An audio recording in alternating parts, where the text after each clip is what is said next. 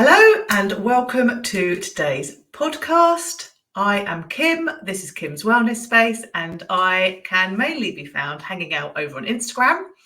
I'm so pleased you're here, and thank you. I hope you've listened to some other of the episodes. If you haven't, I highly recommend you go back and have a listen. But thank you for being here today, and I hope you find this episode helpful. And I have named this episode Changes Become Habits. I want to what do I want to say? I want to start by explaining my process that I use for recording these podcasts, because there's so many different ways. There's not a right or wrong, is there? This is what works for me. And I don't work from a script. I always have the heading, so I know what I'm going to be talking about. I might write one sentence underneath, but I don't follow a script, because if I follow a script, things pop in my head and then I put myself off and then it becomes jumbled and then I just sound like I'm a robot reading a script, and it makes me feel so uncomfortable. I don't like it.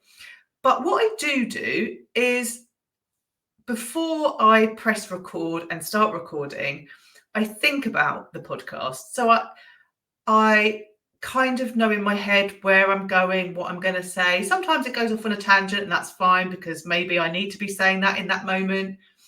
But this one today was really interesting. So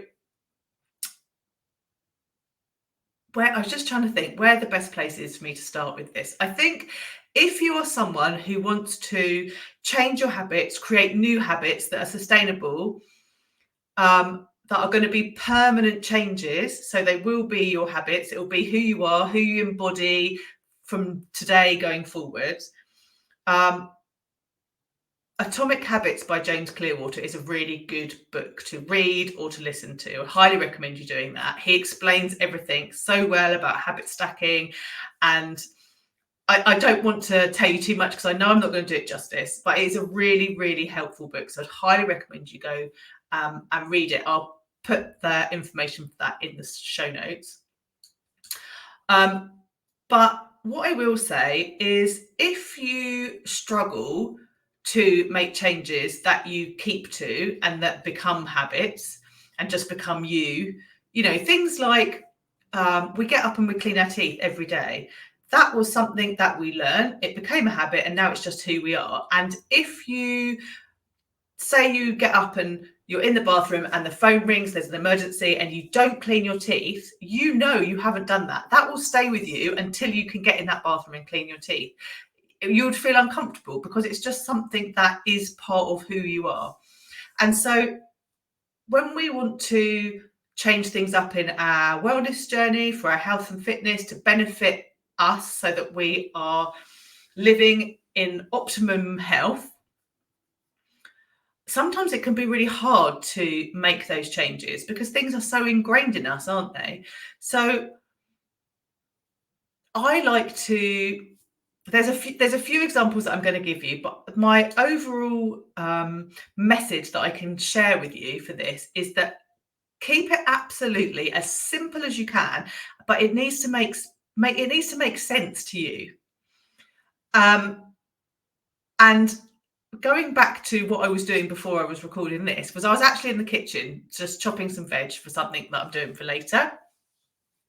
And standing there in the kitchen chopping veg, I was thinking, these are the perfect examples of things that we do that are habits that just are so simple but make our lives easy, so we don't have to think about it. So I want to share them with you, and I hope by sharing just sort of almost boring, mundane things, it helps you understand that you can put these things into place that are really simple, that just support what you want to do. Because I'm always banging on about, whatever you do has got to be sustainable. So, but for it to be sustainable, it's got to be easy. If it's too hard, we just don't do it, because as humans, our brain, we're wired to take the easiest route, always the easiest route. So if you're trying to implement something that's a new habit that you want to do forever, but it's really, really super hard, you're making your life really, really difficult. So here are a couple of examples from the kitchen that I thought just worked so well for this. And then I'm going to tell you about something that I have just done in the last week for me, which also is a good example of this. So I was literally in the kitchen peeling and chopping a potato and putting it into a saucepan. And while I was standing there, I was thinking, this is a really good example of how we can set things up to make it easy. So a couple of weeks ago, I still am on this journey of decluttering my house and life. But a couple of weeks ago, I did the kitchen. And I emptied out one of the drawers and I said to my husband, right, I am going to pull out everything that I'm getting rid of. I'm going to put it over there. I just want you to glance over it, because if there's something in there that you really need, you need to tell me before I get rid of it all. And he was like, oh, yeah, okay. Wasn't really paying that much attention because, you know, how much would he need it more than me? Like, didn't really seem to be desperate. So that is what I did. I pulled everything out of the drawer, gave everything a wash, cleaned it all off, put back the things. And we had things like, we had 5 vegetable peelers. They were all different. They all worked slightly different way. But who needs 5 vegetable peelers? So I picked the vegetable peeler that I use every single time that I need to peel a vegetable. And I put it in the drawer. And the other 4 put on the side. We had 3 can openers. They were all slightly different. They all worked slightly different, but they were 3 can openers. So I picked the can opener that I use, put it in the drawer, put the others on the side. And that's how it went. And honestly, we didn't have repetition of everything, but those 2 things did really stick out. Anyway, I'd finished. So I said to my husband, just glance your eye over these, because these are going, we don't need these. And he said, oh, you can't get rid of that that vegetable peeler, because I need that. That is a vegetable. Which one did you keep? And I said to him, oh, I kept this one. And he was, I can't use that vegetable peeler. And I said, well, I can't use that one. So that clearly this is why we have so many vegetable peelers. So I said, that's fine. I'll put that one back in the drawer, because he cooks as much as I do. And why should he have to use something that's really awkward? Or why should I have to use something that's really awkward? If we're peeling potatoes or vegetables, we want to just be able to peel them. We don't want to be fighting to do it. And I thought that was really interesting. And the same happened with the can opener. He was like, why are you getting rid of this one? This is the can opener that I use. And I said, I can't use that one. If you're not here and that's the only can opener we have, I can't open the cans. And it sounds ridiculous, but I literally can't use it. I use a different one. So we've kept 2. And he is left-handed and I'm right-handed. And it may be that that has an aspect of why, you know, we have to have different ones of these things. It's not big drama, it doesn't matter. But in that moment, while I was peeling my veg, I was thinking, you know, that is a very simple thing. I have the vegetable peeler that works best for me so that I can peel the veg in the quickest time that I need to get it done. If I didn't have that vegetable peeler, that job it wouldn't be awful. I'd still manage, but it would probably take me longer. I might, like, you know, take a bit of skin off my finger, or it would annoy me a little bit because it was taking longer than I knew it would if I'd had that other potato peeler. Like, it's not a massive thing, but it does make a difference to that task. Also, the other thing that I was thinking while I was standing there chopping the veg was how we have our kitchen set up. So where I stand to make a cup of tea, that's where the kettle is. That's where the cups are. That's where the tea bags are. When I cook, I have all of the implements. So like chopping boards, saucepans, knives, they're all in that area where I prepare the food, as are all the herbs and spices. Now, again, it's not a massive thing. I wouldn't not be able to cook if that was like that. Oh gosh, all my lights just flashed. But it makes the task simpler and more straightforward. and just takes less time. If I was making a cup of tea and I had to walk across the room to get the kettle, and then I had to walk across the room to get a cup, and then I had to go across a different part to get a tea bag, and it would take me longer, and it would probably be a little bit annoying. And the same with prepping the food. If I have to go to a different part of the kitchen to get a saucepan, and then I have to go somewhere else to get something else, it just takes it longer. It makes it that little bit more complicated. So again, it's not earth-shattering, is it? But having everything in that place, having the right tools to do the job, it just simplifies it. And that's the thing about us changing and creating new habits. If we have everything we need in one place and we simplify it, it makes it easier for us. Actually, I just thought of another really good example. So before I tell you the example that I was going to, I just thought of another one. So I, as you know, if you've been here any time at all, if you haven't, I'm a qualified yoga teacher, and I love yoga, and I practice yoga most days. I don't practice every day, but I practice most days. And the way I started getting into that was that I just gave myself a designated space of where I was going to practice yoga.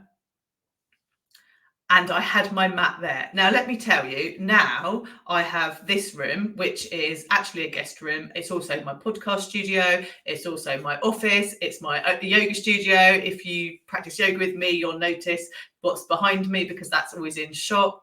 And I'm really fortunate to have that. But I didn't always have that. When I first started, I had the space next to my bed, but I had my yoga mat there. And I always had my laptop there as well, so I could get up in the morning, put my mat out, turn on my laptop, and then I could practice. Now I come downstairs and my yoga mat is always out. I don't even have to roll it out, it's out. So I don't know where my mat is, or I'm not quite sure where I'm going to practice a day. It's just second nature. Like, I come downstairs, open the door, I practice. Oh, all my lights just flashed again. Very weird. Yeah, so it simplifies it. I know where everything is, and I can just get on with it. And so the other example, that is the example that I've just literally implemented, that I wanted to share with you, is about sleep. So my sleep has been dreadful in the last 2 months. And so I was trying to think, why is it so bad? Like, I know I've been ill and that did affect it. But I was thinking, why is my sleep so bad? Like, I'm really good at I'm someone that needs 8 hours of sleep. I'm good at getting my sleep. Like, there's things that I do, like wearing an eye mask. But even with my eye mask, if you're watching this on YouTube, you can see my lights flashing. It's very strange. I don't know what's going on. I'm going to keep going.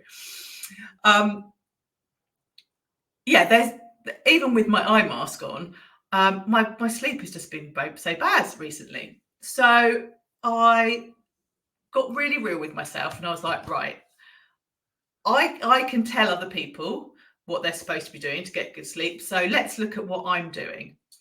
And I had just got really out of the habit of my habits. So I have cleaned my bedroom, I put new bedding on, I made it all look beautiful, I tidied everything up, and then I moved my charger away from my bed. So when I charge my phone, I'm charging it away from me, because I had got back in that habit of looking at my phone before I go to sleep and first thing in the morning, which I hate doing. So I moved it so that I wasn't even tempted. I have it there because I live in a different country to the rest of my family, and if there's an emergency, I need to be able to pick up calls. But I don't need to be, looking at TikTok before I go to sleep at night, let's be honest. So I moved that so that it's out of the way. We also always wake up, make a coffee, bring coffee back to bed. And so I'm not getting out of bed and getting on straight away, which, again, there's nothing wrong with that. But I actually quite like getting on. I like doing things first thing in the morning. It suits me. So I rearranged my top so that of the cupboard next to my bed, so that there's no space for a coffee cup. I've taken the coaster away. I'm not having coffee up there anymore, unless maybe it's a Sunday, and I quite like that on a Sunday. I have made sure that my audiobook is charged. I've made sure that my eye mask was charged because they weren't, and so I hadn't been using them. And so I've just made my environment work for me. And it was really simple changes. And probably the biggest one is moving my phone. I'm not going to lie, it's so easy, isn't it? Just to think, oh, I'll just quickly check that. And then an hour later, you're still just quickly checking that. So yeah, I've moved that. And it was a simple thing to move. It didn't take me more than 30 seconds to unplug it and plug it in somewhere else. It's not a problem. But it will have a massive impact on my sleep. I know, straight away, I know that it's going to have a positive impact. So when you're thinking about bringing in new habits and changing up what you do, try and find the simplest one first, like the simplest thing you can do. So, if you want to be working out with weights, make sure that your weights are somewhere really easy so that you can get to them. Don't keep them at the back of that cupboard where you have to get on your hands and knees and move 20 things to pull them out, because you're not going to do it. One of the things I always say to people that say they struggle with drinking water is get yourself a straw.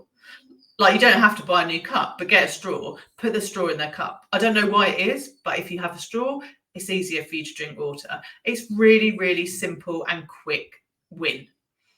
So I hope that's helped. I hope you liked the examples, and let me know. I'd love to hear how your quick wins go. But just remember, keep it really simple. Thank you so much for listening today, and I will speak to you very soon.